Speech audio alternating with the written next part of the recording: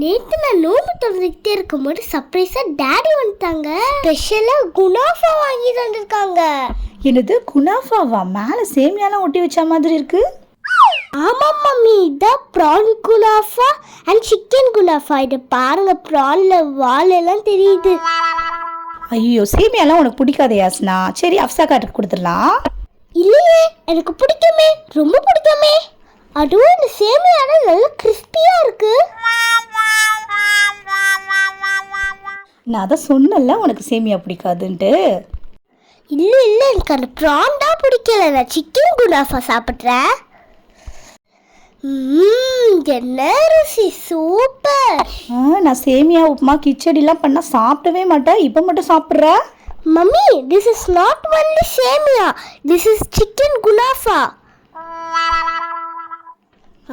Mummy அங்கே போயிட்டாங்க. Mummy சொன்னது சரிதான். இது சேமியாலாம் எடுத்து போட்டு சிக்கன் மட்டும் சாப்பிட்டுக்கலாம்.